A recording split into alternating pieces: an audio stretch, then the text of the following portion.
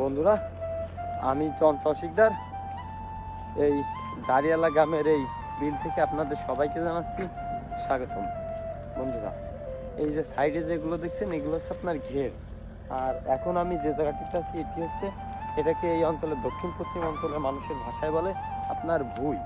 এবং দেখুন আস্তে আস্তে কিন্তু এই যে সমগ্র অঞ্চল ছিল, এই অঞ্চলে এইগুলো ছিল কিন্তু সবই ভুঁই। কিন্তু বন্ধুরা, কৃষককে এই যে ঘের কাটলে তাদের কিন্তু একটু লাভ হয়। বাড়িতে তারা বিভিন্ন ধরনের ফসল ফলাতে পারে এবং এই চারিদিকে বাঁধ দিয়ে ওর ভিতরে কিন্তু তারা মাছ চাষ করে। আর এখন আপনারা যে কাজটি দেখবেন বা দেখতে চলেছেন, এগুলো হচ্ছে যে এই যে কাজটি একসময় কিন্তু মানুষ করতো, কিন্তু এখন বন্ধুরা দেখুন আধুনিকতার ছোঁয়ায় কিন্তু এখন এগুলো কিন্তু ডিজিটাল হয়েছে। এগুলো কিন্তু এখন আর মানুষের দ্বারা করা হয় না। মানুষ সবখানেই আছে, কিন্তু বন্ধুরা লোকবল এখন কম লাগে। এবং দেখুন আমি কিন্তু এখন অনেক জঙ্গল ঠেলে চলছি, অর্থাৎ এগুলো হচ্ছে ঘেরের বাড়িতে কিন্তু এই কলা গাছগুলো লাগানো হয়েছে। আর আপনাদের এখন একটি জিনিস দেখাবো, আসলে বাঙালি কত আধুনিক হয়েছে। এক সময় মানুষ কোদাল ট্যাঙারি দিয়ে ঘেরের এই বাড়িগুলো নির্মাণ করত। আর এখন কিন্তু আপনাদের দেখাবো বিলের মাঝে কেরেন নিয়ে এসেছে এই ফাড়িগুলো কাটার জন্য বা মেরামত করার জন্য।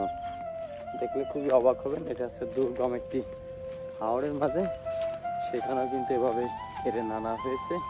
চলুন আপনাদের সেই জিনিসটা একটু দেখিয়ে নিয়ে আসি। ওই যে দূরে দেখুন এই বিলের মাঝে কিন্তু এই যে কেরেন নিয়ে কিন্তু তারা এখানে ঘেরের ফাড়ি নির্মাণ করছে।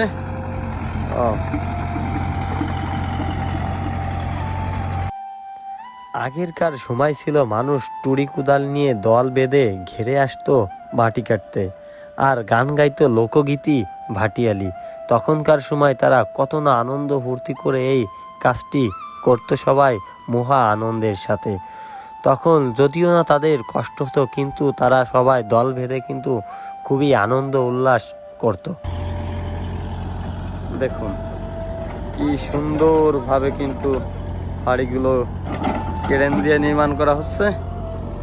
এবং এই যে কাজটি তারা করছে, এই সেম কাজটি যদি মানুষ দ্বারা করা হতো তাহলে কিন্তু প্রায় 8 থেকে 10 দিন লেগে যেত। আর এই মেশিনগুলো খুব মুহূর্তের ভিতরেই কিন্তু দেখুন কাজগুলো করে ফেলছে।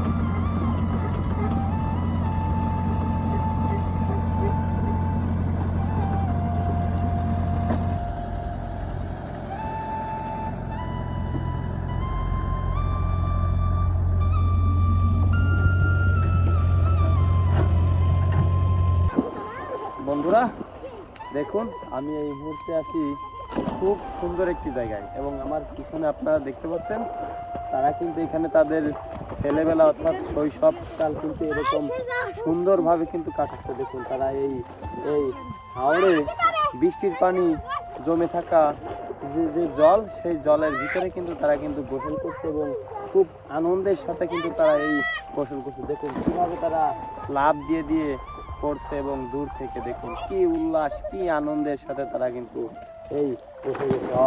কেউ উল্টো ডিগবাজি দিচ্ছে, কেউ আবার দূর থেকে অনেক জোরে কিন্তু লাফ দিয়ে পড়ছে। আর একটু হলে কিন্তু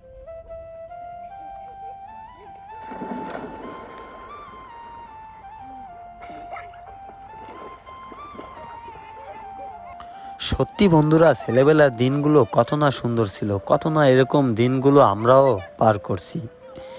হাওরের মাঝে জমে থাকা জলে কিন্তু আমরা এরকম ডুব সাঁতার খেলেছি, দূর থেকে দৌড়িয়ে এসে কিন্তু লাফ দিয়ে পড়েছি, কত না আনন্দ উল্লাস করেছি।